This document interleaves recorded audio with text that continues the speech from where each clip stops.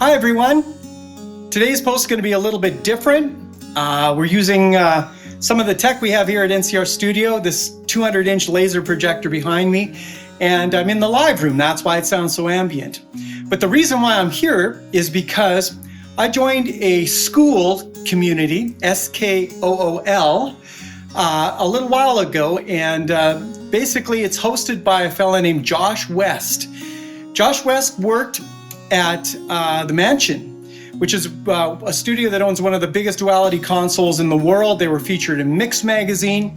Anyways, he hosted this course where you could just come together and just learn about audio, learn about marketing. And one of the assignments that I have is that I have to basically present a situation where there was a problem and figuring out a solution to that problem. So I'm going to bring you along for this basically lesson of mine that I have to fulfill. And as many of you know, I ran sound at the Love Gospel Jamboree for probably 5 or 6 years and had to stop because of that back injury that I had in that accident.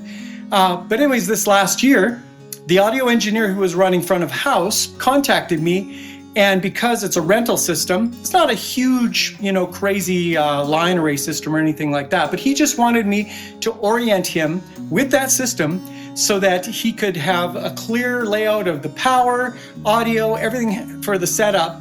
And so basically I put together a solution for him so that he would have a trouble-free experience. And if you stick around for the journey here, I have something that if you're an audio engineer, guy or gal, there's something that you might find really cool at the end of this. So stick around, and without further ado, here's the presentation. All right, so the first thing I sent to him was the power layout requirements of that. So you can see that behind me here. And so the blue cabling here is all the quad boxes for power that runs from the back of the stage all the way out to these little kind of sound speaker shacks that they built. And so I showed this routing for the blue power. And then all the orange is for plug-in for IEC cables. So those go from each powered speaker, the subs, to these quad boxes. So that's the layout for that. Obviously, that's the first thing you want to do is run power so that you don't cross power with audio, and you try to keep those separated as much as you can. You can't always, but anyway. So this was the layout for that. It just had 2 subs, 1 per side, and these K12s, and it was basically a QSC system that was rented from Barn Dog. And so this was the first part of the layout that I sent to him. Next, I'll show you the audio layout. All right, so this is the audio layout for the main PA system, and it's really super simple. But basically all of the audio inputs I left because, every situation is different and he can route them himself. But basically, as you can see here, it's just from the snake. There's just a left and a right that go to each side of the stage there. The cable goes into one K12, jumpers over to the other K12, which are basically high pass, so you switch the switch for a sub. That's all these instructions below here. And then it goes to the sub, which just splits the signal, sends it basically as a 2-way system, but it's technically 3-way because the K12s have a horn and a driver. And so then the purple cables are all for the monitors. There was 4 monitor mixes, and that's about it. Super, super simple. And so that is the audio layout, and obviously all the inputs he would plug in just for whatever instruments they needed at that, this past specific year. All right, so this is the next slide I sent to him, and it's just basically photos of the actual speakers themselves, and I explained the settings which each box needed on the last slide. But here's the routing. So the red cable is the same, comes to the input, jumpers over in blue to the other cabinet, and then jumpers over in green all the way to the sub. And just so that he can see that clearly, he's already ran all the IEC cables for the power and that, just so he can see exactly what he's dealing with. And then I explained all the settings, where they need to be, just in order to run it optimally for that venue. And I've been there for so many years, I just know that system like the back of my hand. So here's the last slide, which if you stuck around this long, you might enjoy if you're an audio person. All right, so this is a graphic that'll make some of you laugh, but basically I've been doing this W hack for years and years in live sound, and it works awesome. You have to tweak it from this starting place, but basically, I've been doing this for years, and just recently I saw a video, and it's a Rick Beato video, and it's how the pros mix live sound, and the engineer that he was referencing or in the video is Dave Natale, I think is how you pronounce his name. But he's done front of house for like the Rolling Stones and Jeff Beck, Prince, Tina Turner, yes, Stevie Nicks, Van Halen, like huge groups.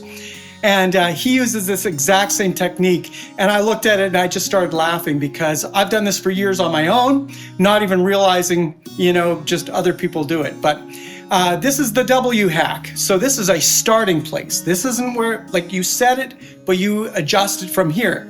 Here's how it works.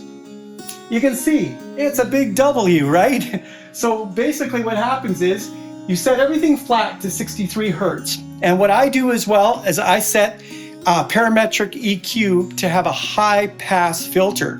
So I can tuck that in if the system's just using too much power.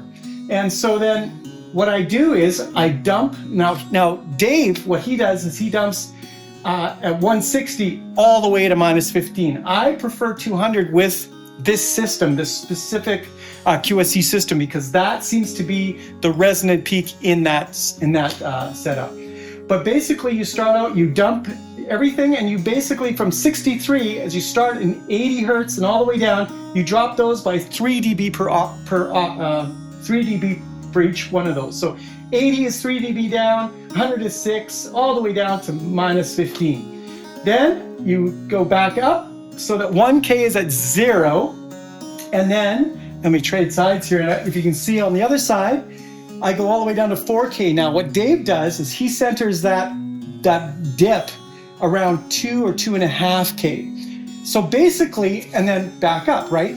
So what this does is you're getting rid of all the mud and getting rid of all the pain. That's the whole way this works.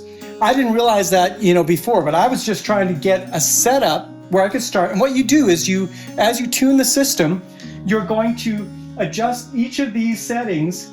Basically you might want more of 400, less of 315, just to get some of that warmth in the vocals, or some warmth in 400 or 500 gives you some of that warmth and intelligibility for vowels in vocals.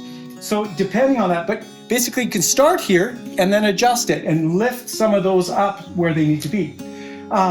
But anyways, this is a great starting place because it keeps your channel EQs where they're mostly flat. And as you know, a 58 or 57, they're so bright in that upper mids.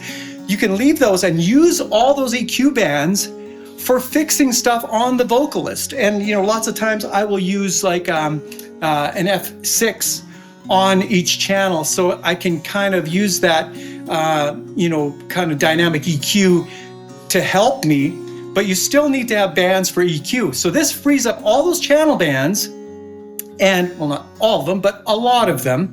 And then you can basically use a couple for fixing issues in that specific vocal, and you can also use some for tonal shaping.